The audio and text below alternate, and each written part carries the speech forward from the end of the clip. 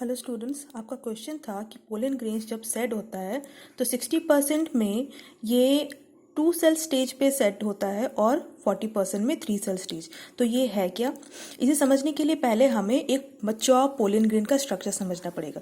अगर यहाँ पे देखिए एक मैच्योर पोलन ग्रेन बना हुआ है जिसमें जो आउटर लेयर है एक्साइन है, इनर लेयर इंटाइन है। ओके, अब इसके अंदर हम लोग 2 डिफरेंट टाइप्स ऑफ सेल्स देख रहे हैं जो कि शेप में कैसे है, एक दूसरे से डिफरेंट है ना, डिसिमिलर है। सो द बड़ा वाला जो साइज है which is known as vegetative cell. ठीक है, तो वेजिटेटिव नाम से पता चल रहा है कि इसका फंक्शन वेजिटेटिव होता है। छोटा वाला जो है यहाँ पे इसे हम लोग कह रहे हैं जनरेटिव सेल।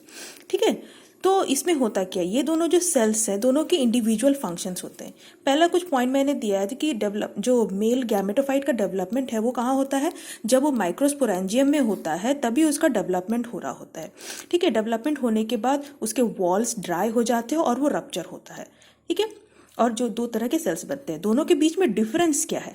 जो वेजिटेटिव सेल है यहाँ जैसे देख रहे हैं कि बड़ा साइज है। ओके, ये साइज में बड़ा होता है और इसमें बहुत सारा फूड रिजर्व होता है और न्यूक्लियस भी लार्ज साइज का होता है। ठीक है, और जो जनरेटिव सेल है ये छोटा होता है, स्पिंडल शेप्ड होता है। लेकिन ऐसा होता क्यों है?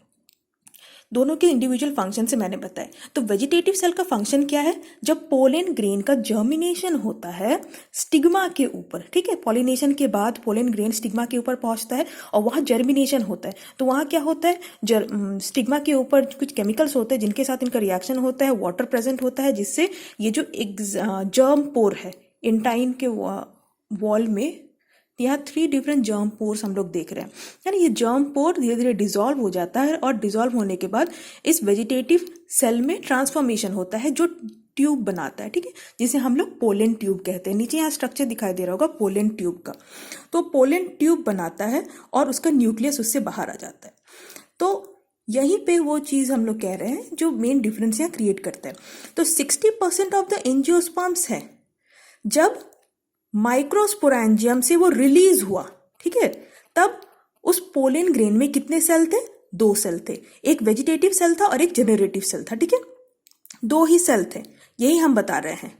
तो जो से ये 3 कब बनता है, जब ये पोलन ग्रेन रिलीज होने के बाद एक फ्लावर के स्टिग्मा के ऊपर पहुंचता है, तब ये वेजिटेटिव सेल क्या करता है, ये पोलन ट्यूब बनाता है। ये ट्यूब ऐसा बनाता है जिसके अंदर वेजिटेटिव न्यूक्लियस होता है।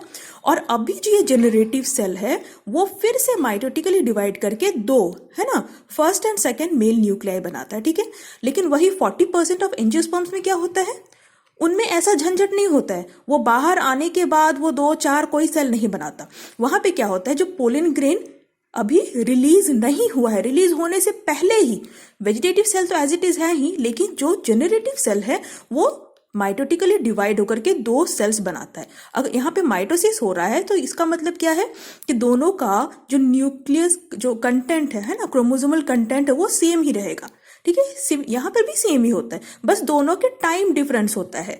जो 60% हम लोग पढ़ रहे हैं यहाँ पे, before release generative cell is not divided, while in others the generative cell gets divided।